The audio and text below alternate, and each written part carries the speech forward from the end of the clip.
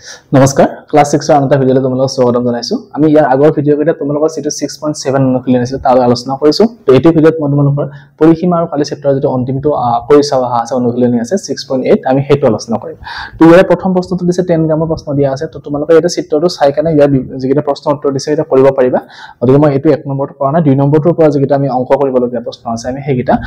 সাংখ্যিক সমস্যা এটা আমি আলোচনা কৰিম তো 2 নম্বৰটো প্ৰথম প্ৰশ্ন 2 নম্বৰটো কি দিছে প্ৰশ্নটো যে এটা বৰ্গৰ বাহুৰ দৈৰ্ঘ্য 6 সেমি বৰ্গটো কি দিছে বাহুৰ দৈৰ্ঘ্যটো 6 সেমি আমি বৰ্গটো অঙ্কন কৰিলে তেতিয়া আমাৰ সুবিধা হ'ব অঙ্কটো কৰিবৰ কাৰণে যেটো কি হৈছে 6 সেমি বৰ্গটোৰ বাহুৰ দৈৰ্ঘ্য এটা কি কৈছে বৰ্গটোৰ ভিতৰৰ প্ৰতিটো বাহুৰ পৰা 1 সেমি দূৰত্বত প্ৰতিটো বাহুৰ পৰা 1 সেমি দূৰত্বত একোডালকৈ ৰেখা অঙ্কন কৰা আৰু ভিতৰত গঠিত হোৱা বৰ্গটোৰ ডাঙৰ বৰ্গটোৰ কালি উলিওৱা এতিয়া চোৱা ইয়াৰ পৰা কি কৰিছে 1 সেমি দূৰত্বত এনেকৈ এটা ৰাস্তা নিছে আকৌ এইডাল ৰেখাৰ পৰা 1 সেমি দূৰত্বত মানে এনেকুৱাকৈ এটা ৰাস্তা নিছে এডাল ৰেখাৰ পৰা 1 সেমি দূৰত্বত মানে এনেকৈ এটা ৰাস্তা নিছে আকৌ এডাল ৰেখাৰ পৰা এনেকুৱা 1 সেমি দূৰত্বত মানে এনেকৈ এটা ৰাস্তা নিছে তো ইয়াতে কিমান কেইটা চিত্ৰ অঙ্কন হল চোৱা এটা এইটো বৰ্গ হল এইটো আয়ত হল এইটো বৰ্গ এইটো বৰ্গ এইটো বৰ্গ এইটো আয়ত এইটো বৰ্গ এটা ইয়াৰ ভিতৰত আটাইতকৈ যে ডাঙৰ বৰ্গ আছে আমাৰ এইটো আটাইতকৈ ডাঙৰ বৰ্গ তো ইয়াৰ আমি কি উলিয়াব লাগে কালিটো উলিয়াব লাগে এটা এইটো বৰ্গৰ কালি উলিয়াবৰ কাৰণে আমি তাৰ কি জানিব লাগিব বৰ্গটোৰ বাহুৰ দিশটো জানিব লাগিব বাহুৰ দিশটো আমি কেনেকৈ উলিয়াম চোৱা ইয়াৰ পৰা ইয়ালে কিমান কৰিছে 1 সেমি দূৰ কৰিছে দূৰত আমি আঁকিছো যেহেতু তো আমাৰ এই ৰেখাডালৰ দৈৰ্ঘ্য কিমান এই ৰেখাডালৰ 6 সেমি গতিকে এই ৰেখাডালৰ দৈৰ্ঘ্য কিমান হ'ব 6 সেমি হ'ব বা এই ৰেখাডালৰ দৈৰ্ঘ্য 6 সেমি গতিকে আমাৰ যেডাল ভিতৰৰ দীঘল ৰেখা আছে এডালৰ কিমান হ'ব 6 সেমি তো ইয়াৰ পৰা ইয়ালে দূৰত্ব কিমান আছিল 1 সেমি দূৰত্ব ৰাখিছো গতিকে এই 1 সেমি নোহোৱা কৰি দিয়া নোহোৱা কৰিলো কাৰণ আমাৰ এই ৰেখাডালৰ দৈৰ্ঘ্য কিমান হ'ল এতিয়া 5 সেমি 6 সেমি আছিল তাৰ পৰা 1 সেমি নোহোৱা হ'ল 5 সেমি আকৌ ইয়াৰ পৰা 1 সেমি নোহোৱা কৰি দিয়া এইটো তো কিমান হ'ল 5 ৰ পৰা গ'লে কিমান হৈ গ'ল এতিয়া 4 সেমি আমাক যে ডাঙৰ বৰ্গটো আঁকিব দিছে সেইকাৰণে আমি এই বৰ্গটোৰ কাৰণে বাহুৰ দৈৰ্ঘ্য উলিয়াইছো 4 সেমি হ'ল একেই চিন্তাক আমি এডালৰ বাহুৰ দৈৰ্ঘ্য উলিয়াব পাৰিম ইয়াৰ পৰা ইয়ালে কিমান দূৰত্ব 6 সেমি তো তাৰ পৰা ইয়াতে 1 সেমি মুছি দিলো 5 সেমি হ'ল আকৌ ইয়াতে 1 সেমি মুছি দিলো কিমান হ'ল 4 সেমি তেনেকৈ ইয়াতে হে একেই নিচিনা এটো 4 সেমি হ'ব এটো আমাৰ কি হ'ব 4 সেমি অৰ্থাৎ ভিতৰৰ যেটো বৰ্গ আছে আমাৰ সেই বৰ্গটোৰ বাহুৰ দৈৰ্ঘ্যটো কিমান পাম এতিয়া 4 সেমি অৰ্থাৎ আমি কালি নিৰ্ণয় কৰিব পাৰিম তো তোমালোকে লিখা প্ৰশ্নটো কেনেকৈ যে 6 সেমি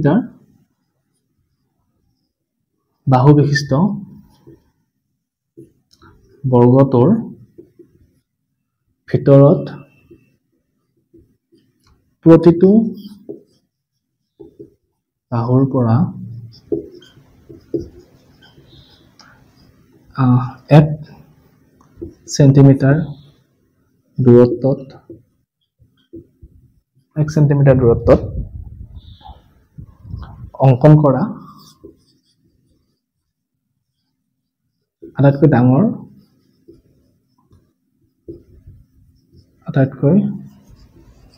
ডাঙৰ বৰ্গটোৰ বাহুৰ দিশ কিমান হ'ব এতিয়া বাহুৰ দিশ আমি কিমান পালো 4 সেমি তো লিখি দিয়া ইয়াতে 4 সেমি হৈ গ'ল এতিয়া আমি কালি উলিয়াব লাগে গতিকে লিখি দিয়া এটাকে কালি সমান আমাৰ কি আছিল সূত্ৰটো দিশ পূৰণ দিশ গতিকে দিশ পূৰণ দিশ সূত্ৰটো ব্যৱহাৰ কৰি কেনে কৰিম তো 4 সেমি সো পূৰণ আকৌ কি হ'ব 4 সেমি হ'ব গতিকে 4 4 16 আৰু সেন্টিমিটাৰ স্কয়াৰ হৈ গ'ল আমাৰ 2 নম্বৰটোৰ কাৰণে এইটো উত্তৰ আমাৰ 3 নম্বৰ প্ৰশ্নটো আমাক কি দিছে আমি আলোচনা কৰিলো তোমালোকে কৰিলো এবাৰ 3 নম্বৰ প্ৰশ্নটো আমি আলোচনা কৰিছো 3 নম্বৰ প্ৰশ্নটো কি দিছে চোৱা আয়তাকৃতি খেলপথাৰ এখনৰ দৈৰ্ঘ্য আৰু প্ৰস্থ 60 মিটাৰ আৰু 45 মিটাৰ তো আমি আঁকি দিছো এইটো যেনেকুৱা আয়তাকৃতি খেলপথাৰ এখন তাৰ দৈৰ্ঘ্যটো কিমান দিছে এইটো 60 মিটাৰ আৰু প্ৰস্থটো কিমান দিছে 45 মিটাৰ এতিয়া আমাক কৈছে কি এজন খেলুৱৈয়ে খেলপথাৰখনৰ চাৰিওফালে 12 বাৰ দৌৰিছে তো কিমান দূৰত্ব অতিক্ৰম কৰিলে সুধিছে খেলপথাৰখনৰ চাৰিওফালে কিমান বাৰ ঘূৰিছে সি 12 বাৰ ঘূৰিছে প্ৰথমতে আমি উলিয়াব লাগিব খেলপথাৰখনৰ চাৰিওফালে এবাৰ ঘূৰিলে কিমান দূৰত্ব অতিক্ৰম কৰে অৰ্থাৎ ইয়াৰ পৰা আৰম্ভ কৰি এনেকৈ এপাক মাৰিলে কিমান দূৰত্ব অতিক্ৰম কৰিব আমি সেইটো কেনেকৈ উলিয়াম যে আমি জানো যে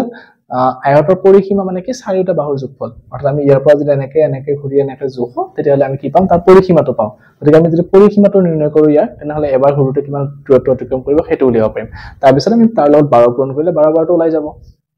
তো প্ৰথমতে লিখা 3 নম্বৰটোৰ কাৰণে দিয়া আছে খেলপথাৰখনৰ দিশ কিমান দিয়া আছে আমাক 60 মিটাৰ আৰু প্ৰস্থ কিমান দিয়া আছে 45 মিটাৰ এখিনি আমাক দিয়া আছে তো প্ৰথমতে খেলপথাৰখনৰ পৰিসীমাটো উলিয়াই লওঁ খেলপথাৰখনৰ পৰিসীমা কিমান হ'ব পৰিসীমা এতিয়া 2 পূৰণ দিশ যোগ প্ৰস্থ এটা আমাৰ আছে সূত্ৰটো 2 পূৰণ দিশ যোগ প্ৰস্থ অৰ্থাৎ কি হ'ব 2 পূৰণ দীঘৰ মান কিমান আছে এটা 60 প্লাস প্ৰস্থৰ মান কিমান আছে 45 অৰ্থাৎ 2 পূৰণ 60 আৰু 45 যোগ কৰিলে কিমান হ'ব 105 গতিকে এটা হ'ব কিমান 210 মিটাৰ 210 মিটাৰ অৰ্থাৎ আমি পাই গলো যে কি খেলপথাৰখনৰ পৰিসীমাটো 210 মিটাৰ তাৰ মানে কি যদি এপাক মাৰে এনেকে কিমান দূৰত্ব অতিক্ৰম কৰিব 210 মিটাৰ অতিক্ৰম কৰিব তো আমি লিখিব পাৰিম এটাকে এবাৰ এপাকত অতিক্ৰম কৰা দূৰত্ব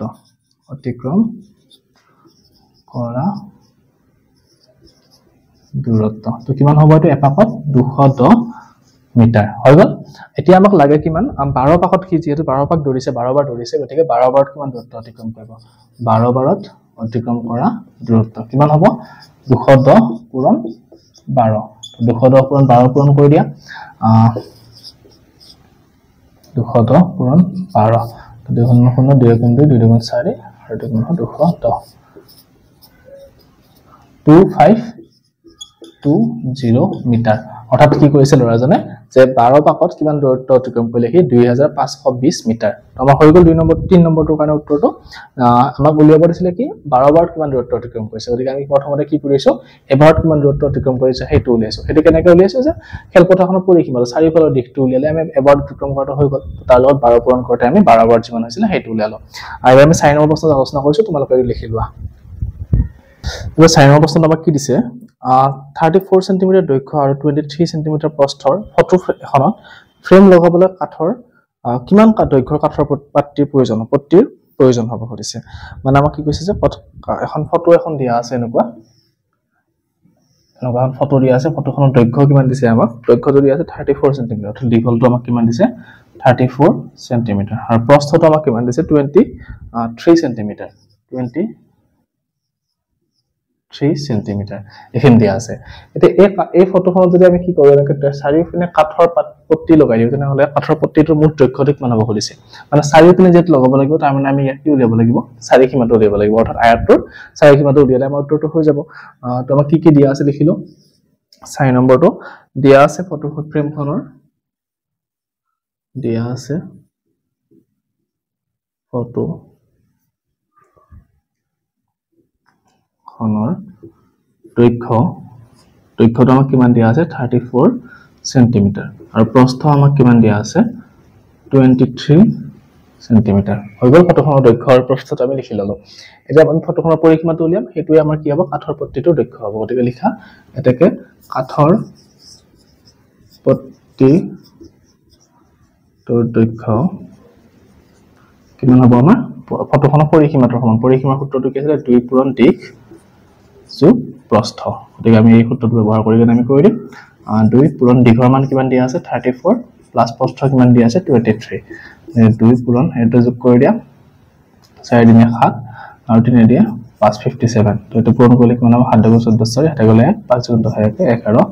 114 সেন্টিমিটাৰ অৰ্থাৎ যেটো চাৰিওপিনে আগৰ যেটো কাঠৰ পট্টি হ'ব সেই কাঠৰ পট্টিটোৰ দৈৰ্ঘ্যটো কিমান হ'ব এতিয়া 114 সেন্টিমিটাৰ তো 4 নম্বৰটো হৈ গ'ল এবাৰ 5 নম্বৰ প্ৰশ্নটো কি দিছে আলোচনা কৰো 5 নম্বৰ প্ৰশ্নটো কি দিছে আমাক এটা তাৰ দিয়া আছে তাৰডালৰ দৈৰ্ঘ্য আমাক কিমান দিছে তাৰডাল দিয়া আছে তাৰডালৰ দৈৰ্ঘ্য দিছে আমাক 42 সেন্টিমিটাৰ 42 সেন্টিমিটাৰ তো এই তাৰডাল কি কৰিছে ভাঁজ কৰি কেনে এটা আয়ত বনাইছে আৰু সেই আয়তটোৰ সম্ভাৱ্য দৈৰ্ঘ্য আৰু প্ৰস্থটো উলিয়াব দিছে আৰু আমাক কি কৰিব দিছে তাৰ লগতে গঠন হোৱা আয়তবোৰৰ কালি নিৰ্ণয় কৰিব দিছে এতিয়া সোৱা তাৰডাল আমি কি কৰো যদি তাৰডাল আমি এনেকৈ ভাঁজ কৰি কেনে বনাও ধৰা হল এনেকুৱা টাইপ হল আৰু এনেকুৱা ভাঁজ কৰি এপিনে ভাঁজ কৰিলো এনেকুৱা ভাঁজ কৰিলো আমি এনে তাৰডাল কি কৰিব পাৰো এনেকৈ মেৰাই কেনে এনেকৈ এটা আয়ত আকৃতি আমি দিব পাৰো এতিয়া এই আয়তটোৰ যদি আমি চাও এই তাৰডাল কি হৈছিল এই তাৰডালৰে আমি আয়তটো বনাইছো যদি তাৰডাল যদি এনেকৈ ভাঁজ কৰি এনেকৈ আনি এনেকৈ লগাই দিতে আমি আয়তটো হৈছে তাৰমানে যদি এটা যদি আমি আকৌ পূৰ্ণ কৰি দিও তেনেহলে কি হ'ব আমাৰ এই তাৰডালৰ সমানে হৈ যাব গতিকে তাৰডালৰ যেটো দৈৰ্ঘ্য হেতু কি হ'ব আমাৰ আয়তটোৰ পৰিসীমাৰ সমান হৈ যাব এতিয়া আমি আয়তৰ পৰিসীমাটোৰ পৰা আমি কি উলিয়াব লাগিব দীঘ আৰু প্ৰস্থ উলিয়াব লাগিব তাৰ পিছত আমি তাৰ পৰা কালিটো নিৰ্ণয় কৰিব পাৰিম তো প্ৰথমতে লিখি দিম দিয়া আছে তাৰডালৰ দৈৰ্ঘ্য আমাৰ কিমান দিয়া আছে 42 সেন্টিমিটাৰ এটা আমাক দিয়া আছে তাৰ ডালৰ পৰা বনোৱা আয়তটোৰ পৰিসীমাটো কিমান হ'ব এতিয়া 42 সেন্টিমিটাৰ হ'ব কাৰণ সেই ডালৰে ভাঁজ কৰি কেনে আমি কি কৰিছো আয়তটো বনাইছো তো লিখা তাৰ ডালৰ পৰা বনোৱা আয়তটোৰ পৰিসীমা কিমান হ'ব এতিয়া পৰিসীমা 42 সেন্টিমিটাৰ হৈ গ'ল এখিনি আইতে 42 সেন্টিমিটাৰ পৰিসীমাৰ পৰা আমি পৰিসীমা সূত্ৰটো বহাই দিয়া ইয়াতে আয়তৰ পৰিসীমা সূত্ৰটো কি আছিল 2 পূৰণ দিশ যোগ প্ৰস্থ হৈ গ'ল ইকুৱেল টু 42 সেন্টিমিটাৰ তাৰ মানে কি হ'ব দিশ যোগ প্ৰস্থ ইকুৱেল টু কিমান হ'ব 42 টু আমি এটা 2 পূৰণ হৈ আছে গতিকে দুটো হেপিনে নিলে কি হৈ যাব এটা হৰণ হৈ যাব এখিনি সেন্টিমিটাৰ অৰ্থাৎ আমি কি লিখিব পাৰো দিশ যোগ প্ৰস্থ ইকুৱেল টু আমাৰ কিমান হ'ব এতিয়া 42 দুইটা হৰণ কৰিলে 21 সেন্টিমিটাৰ এতিয়া সো আমি যে নতুনকৈ আয়ত সৃষ্টি হ'ব সেই গোটেইটা আয়ত যিমান কেইটা বনাও গোটেইটা দিশ আৰু প্ৰস্থৰ যোগফলটো কিমান হ'ব লাগিব এতিয়া 21 সেন্টিমিটাৰ হ'ব লাগিব তো যদি আমি দিশটো 10 বুলি ধৰো বা দিশটো যদি আমি 11 বুলি ধৰো প্ৰস্থটো কিমান হ'ব 11 লগত 10 যোগ কৰিলে আমাৰ 21 হ'ব গতিকে দিশটো যদি 11 হয় প্ৰস্থটো আমাৰ 10 যোগ কৰিলে 21 হ'ব গতিকে প্ৰস্থটো 10 হ'ব তো তোমালোকে এনেকৈ লিখিব পাৰা যদি আয়তটো দিশ 21 সেন্টিমিটাৰ হয় তেন্তে প্ৰস্থ কিমান হ'ব 10 সেন্টিমিটাৰ এটা তোমালোকে যদি সৰি এটো 21 নহয় 11 সেন্টিমিটাৰ মানে দুটাৰ যোগফলটো কি হ'ব লাগিব লাষ্টত 21 হ'ব লাগিব তোমালোকে যদি এটো দিশটো যদি 11 নহয় 15 বুলি ধৰা তেনেহলে এটো কি বনাব 15 6 21 গতিকে এটো 6 হ'ব যদি তোমালোকে 16 বুলি ধৰা এটো কিমান হ'ব তেতিয়া 5 হ'ব এনেকৈ দুটাৰ যোগফলটো যদি 21 হ'ব হেতু কৰিলে আমি হেনকা হিচাপত দিশ আৰু প্ৰস্থটো ল'ব পাৰিম এটা মই লৈছো কি যে দিশটো 21 সেন্টিমিটাৰ লৈ কেনে আৰু প্ৰস্থটো কিমান লৈছো 10 সেন্টিমিটাৰ লৈছো দুটাৰ যোগফলটো গৈ কেনে 21 সেন্টিমিটাৰ হ'ল এতিয়া আমি কালি উলিয়াই দিয়া এটাকে আয়তৰ কালি কি হ'ব কালি উলিওৱা সূত্ৰটো আছে দিশ পূৰণ প্ৰস্থ গতিকে এইটো কৰিলে হ'ল দিশ পূৰণ প্ৰস্থ মানে কি দিশৰ মান হ'ব 11 আৰু প্ৰস্থ আমি কিমান লৈছো 10 লৈছিলো গতিকে 10 11 কিমান হ'ল 110 সেন্টিমিটাৰ স্কয়াৰ 5 নম্বৰ প্ৰশ্নটো হৈ গ'ল এবাৰ 6 নম্বৰ প্ৰশ্নটো আমি কি দিছে চাও এবাৰ 6 নম্বৰ প্ৰশ্নটো কি দিছে 150 মিটাৰ বাহুৰ বৰ্গাকৃতিৰ উদ্যান এখনৰ ভিতৰত প্ৰতি মিটাৰত 25 টকা হাৰত চাৰিওকাষে বেৰ দিয়াৰ খৰচ নিৰ্ণয় কৰিব দিছে 150 মিটাৰ বাহুৰ বৰ্গাকৃতিৰ উদ্যানখন দিয়া আছে আৰু কি কৈছে চাৰিওপিনে বেৰ দিব লাগে অৰ্থাৎ চাৰিওপিনে বেৰ দিব মানে কি আমাৰ চাৰিওফালৰ দৈৰ্ঘ্যটো উলিয়াব লাগে অৰ্থাৎ আমাৰ কি উলিয়াব লাগে পৰিসীমাটো উলিয়াব লাগিব আৰু কৈছে কি প্ৰতি মিটাৰত 25 টকা খৰচ হয় গতিকে গোটেইখিনি ৰং কৰিতে বা গোটেইখিনি বেৰখন দিওতে খৰচ কিমান হ'ব খুদিছে মানে আমাৰ ধৰা হ'ল এটো হ'ল বৰ্গাকৃতিৰ এখন বাগিচাখন তো এই বৰ্গাকৃতিৰ বাগিচাখনৰ বাহুৰ দৈৰ্ঘ্য দিছে আমাক কিমান 150 মিটাৰ এটো দিছে আমাক 150 মিটাৰ এই চাৰিওপিনে কি কৰিছে বেৰ দিওতে কিমান টকা খৰচ হ'ব উলিয়াব দিছে গতিকে আমি প্ৰথমতে চাৰিওপিনৰ দৈৰ্ঘ্যটো উলিয়াম চাৰিওপিনৰ দৈৰ্ঘ্য মানে পৰিসীমা আছিল গতিকে আমি লিখিম এতিয়া কি 6 নম্বৰটোৰ কাৰণে 150 মিটাৰ বাহুৰ বৰ্গাকৃতিৰ বাগিচা উদ্যান দিছে ইয়াতে গতিকে উদ্যান লিখি দিছো উদ্যানখনৰ পৰিসীমা কিমান হ'ব পৰিসীমা এতিয়া যেহেতু বৰ্গাকৃতিৰ হয় বৰ্গ পৰিসীমাৰ সূত্ৰটো কি আছিল 4 পূৰণ এটা বাহুৰ দৈৰ্ঘ্য তো লিখি দিয়া 4 পূৰণ 150 মিটাৰ অৰ্থাৎ 4 পূৰণ 4 গুণ 60 600 মিটাৰ অৰ্থাৎ আমি গম পালো যে কি পৰিসীমা এই যেটো বৰ্গাকৃতিৰ উদ্যান আছিল এই উদ্যানখনৰ কি হয় চাৰিওফালৰ দিশটো কিমান হয় 600 মিটাৰ তো এটো 600 মিটাৰ হৈ গ'ল এতিয়া আমাৰ প্ৰতি মিটাৰত 25 টকা খৰচ হয় গতিকে লিখা 1 মিটাৰত খৰচ হয় কিমান 25 টকা এতিয়া আমি উলিয়াব লাগিব কিমান 600 মিটাৰত কিমান টকা খৰচ হয় এটো উলিয়াব লাগিব তো লিখি দিয়া 600 মিটাৰত খৰচ হ'ব কিমান হ'ব 25 পূৰণ 600 টকা তো এটো পূৰণ কৰিলে কিমান হ'ব 0 0 6 5 30 0 8 3 6 12 12 3 15 অৰ্থাৎ 15000 টকা খৰচ হ'ব চাৰিওপিনে বেৰ দিওতে তো তোমালোকে লিখিবা এতিয়া এটাকে চাৰিওপিনে বেৰ দিওতে বা চাৰিওকাষে বেৰ দিওতে মুঠ খৰচ হ'ব 15000 টকা তো 6 নম্বৰটো হৈ গ'ল এবাৰ 7 নম্বৰ প্ৰশ্নটো কি দিছে আলোচনা কৰো এবাৰ 7 নম্বৰ প্ৰশ্নটো দিছে আমাক 180 মিটাৰ দৈৰ্ঘ্য আৰু 145 মিটাৰ প্ৰস্থৰ আয়তাকৃতিৰ উদ্যান এখনৰ প্ৰতি মিটাৰত 224 টকা হাৰত বেৰ দিয়াৰ খৰচ কিমান আকৌ আগৰ নিচিনাই প্ৰশ্ন এবাৰ আমাক আয়তৰ ক্ষেত্ৰত দিছে আৰু দিছে কি ইয়াৰ দৈৰ্ঘ্য কিমান দিছে আয়তৰ 180 মিটাৰ আৰু প্ৰস্থটো কিমান দিছে আমাক এটো 180 মিটাৰ আৰু প্ৰস্থ দিছে 145 মিটাৰ এটা জটিয়া আছে এটা ইয়াতে এবাৰ খৰচটো কিমান আছে 24 টকা হয় প্ৰতি মিটাৰ গতিকে মোট কিমান টকা খৰচ হ'ব উলিয়াব দিছে গতিকে আমি প্ৰথমতে লিখিম কি দিয়া আছে দিশ কিমান দিয়া আছে আমাক 180 মিটাৰ আৰু প্ৰস্থ আমাক কিমান দিছে 145 মিটাৰ এখানে আমি লিখি ললো এটা চাৰিফালৰ মোট দৈৰ্ঘ্যটো উলিয়াম আয়তাকৃতি উদ্যানখনৰ চাৰিফালৰ মোট দৈৰ্ঘ্য উদ্যানখনৰ চাৰিওফালৰ মুঠ দৈৰ্ঘ্য তাৰ মানে আমি কি উলিয়াব লাগিব তাৰ পৰিসীমাটো উলিয়াব লাগিব তো পৰিসীমা উলিয়াব সূত্ৰত লিখি দিয়া 2 পূৰণ দিশ যোগ প্ৰস্থ এটো গতিকে 2 মানটো 2 থাকিলে প্ৰস্থ দিশৰ মানটো বহাই আৰু প্ৰস্থৰ মানটো বহাই দিয়া ইয়াতে দিশ আছে 180 প্ৰস্থ আছে 145 গতিকে এটো কইলে কিমান হ'ব 2 পূৰণ 5 আঠাছে 12 2 হাতে গলে 1 1 1 2 1 3 এটো পূৰণ কৰিলে কিমান হ'ব 650 মিটাৰ অৰ্থাৎ এই যিখন উদ্যান আছিল আমাৰ উদ্যানখনৰ চাৰিফালৰ মোট দৈৰ্ঘ্যটো আমি কিমান পালো 650 মিটাৰ এটা 1 মিটাৰত কিমান টকা খৰচ হয় বুলি কৈছে আমাক 24 টকা গতিকে এইখিনি মিটাৰত কিমান হ'ব লিয়া দিয়া গতিকে 1 মিটাৰত খৰচ হয় 24 টকা এটা 650 মিটাৰত খৰচ হ'ব কিমান 650 মিটাৰত খৰচ হ'ব 24 পূৰণ 650 তো পূৰণ কৰি দিয়া 65 আৰু 24 আছে আমি বিছখন না ডাবল 2 6 4 গুণ 24 24 এ দিয়া 26 তাৰপিছত এটো কিমান হ'ব 5 2 গুণ 0 হাতে গলে 1 6 গুণ 12 1 13 0 6 নেদে 5 1560 তো 1560 আৰু 0 টকা তাৰ মানে কি হ'ব এতিয়া উদ্যানখনৰ চাৰিফিনে বেৰ দুটা খৰচ কিমান হ'ব 15600 টকা তো 7 নম্বৰটো হৈ গল এবাৰ 8 নম্বৰ প্ৰশ্নটো আমি আলোচনা কৰিম এবাৰ আমাক 8 নম্বৰ প্ৰশ্নটো কি দিছে চোৱা অৰুণে 65 মিটাৰ বাহুৰ বগাকৃতিৰ উদ্যানখনৰ চাৰিফিনে এপাক দৌৰিছে ৰিনাই 70 মিটাৰ দৈৰ্ঘ্য আৰু 55 মিটাৰ প্ৰস্থৰ আয়তাকৃতিৰ উদ্যানখনৰ চাৰিফিনে এপাক দৌৰিছে কোনে কম দূৰত্ব অতিক্ৰম কৰিছে সুধিছে তো অৰুণে কি কৰিছে 65 মিটাৰ বৰ্গাকৃতিৰ এখন উদ্যানৰ চাৰিফিনে দৌৰিছে আৰু ৰিনাই কৰিছে কি ৰিনাই দৌৰিছে এখন আয়তাকৃতিৰ উদ্যানৰ চাৰিফিনে যাৰ দৈৰ্ঘ্য কিমান 70 মিটাৰ আৰু প্ৰস্থটো আমাক কিমান দিয়া আছে 55 মিটাৰ দিয়া আছে এটা কোনে বেছি দৌৰিছে কোনে কম দৌৰিছে উলিয়াব দিছে তাৰ মানে আমি উলিয়াব লাগিব এপাকত কিমান দূৰত্ব অতিক্ৰম কৰিছে অৰ্থাৎ তাৰ দুটাৰ চাৰি সীমাটো বা দুটাৰ পৰিসীমাটো আমি উলিয়াব লাগিব উলিওৱাৰ পিছত গম পাম যে কাৰ মানটো সৰু হৈ আছে বা কাৰ মানটো বেছি হৈ আছে তো অৰুণৰ ক্ষেত্ৰত উলিওৱা এটো আমাক নম্বৰ 8 নম্বৰ প্ৰশ্নটো তো অৰুণে কি কৈছে বগাকৃতি উদ্যানখন 65 মিটাৰ যেহেতু গতিকে ডাইৰেক্ট লিখি দিয়া তোমালোকে অৰুণে এপাকত দৌৰিছে এপাকত অতিক্ৰম কৰিছে অৰুণে কিমান কৰিব দিয়া এপাকত যেহেতু এটা বৰ্গ হয় বৰ্গৰ চাৰি সীমা উলিওৱা সূত্ৰটো বৰ্গৰ পৰিসীমা উলিওৱা সূত্ৰটো লিখি দিয়া 4 পূৰণ এটা বাহুৰ দিশ 4 পূৰণ দিশ গতিকে দিশ কিমান দিয়া আছে 4 পূৰণ 65 অৰ্থাৎ এটো 4 পূৰণ 5 গুণ 20 0 হাতে গল 2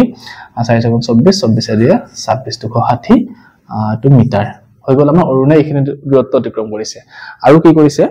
ৰিনাই কিমান কৰিছে আমি উলিয়াম এতিয়া ৰিনাই এপাকত অতিক্ৰম কৰিছে ৰিনাই এপাকত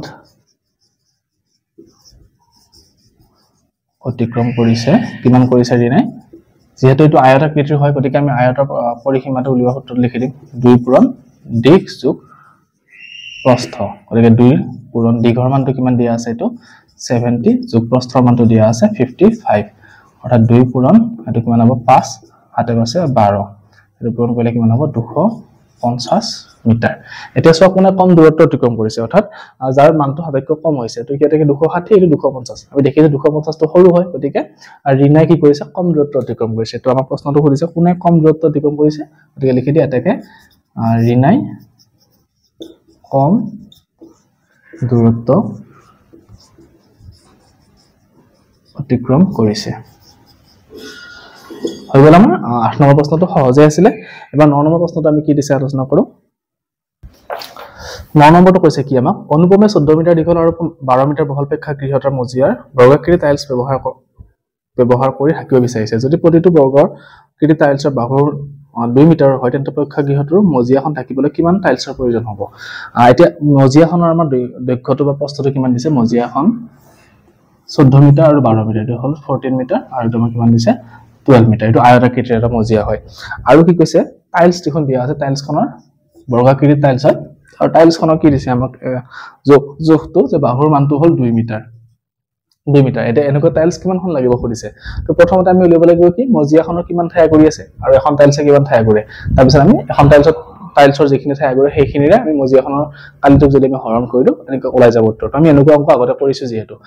তো কৰাৰ 9 নম্বৰটো 14 মিটাৰ দীঘল আৰু 12 মিটাৰ বহল মজিয়াখনৰ কালি কিমান হ'ব এতিয়া দিশ পূৰণ প্ৰস্থ যেটো আমাৰ কালি উলিওৱা সূত্ৰ আছিল তো দিশ আছিল 14 পূৰণ প্ৰস্থ কিমান 12 তো পূৰণ কৰিলে কিমান হ'ব 14 আৰু 12 4 গুণ 8 2 গুণ 2 14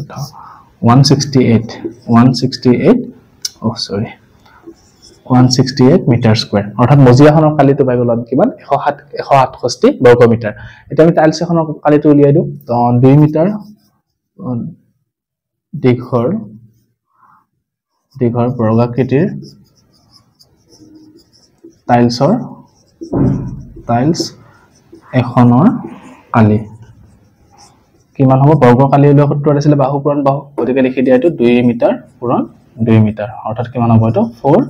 মিটাৰ স্কয়াৰ অৰ্থাৎ এখন টাইলছৰ কালি কিমান 4 মিটাৰ স্কয়াৰ অৰ্থাৎ এখন টাইলছে 4 বৰ্গ মিটাৰ ঠাই আগুৰে আমাৰ আগুৰিব লাগে কিমান 168 বৰ্গ মিটাৰ তো কিমানখন টাইলছ লাগিব কেনেকৈ উলিয়াম এতিয়া লিখা এটাকে ডাইৰেক্ট লিখি দিয়া টাইলছৰ প্ৰয়োজন হোৱা টাইলছৰ সংখ্যা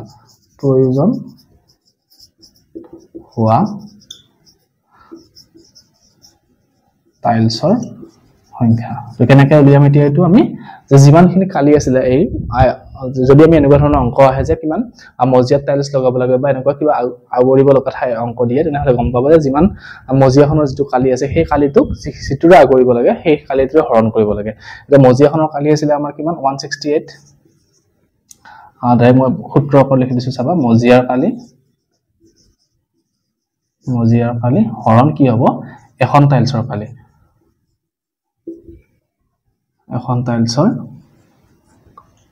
তোমালোকে লিখিব মজিয়াখনৰ কালি হৰণ এখন টাইলছৰ কালি এতিয়া মজিয়াৰ কালি কিমান আছে 168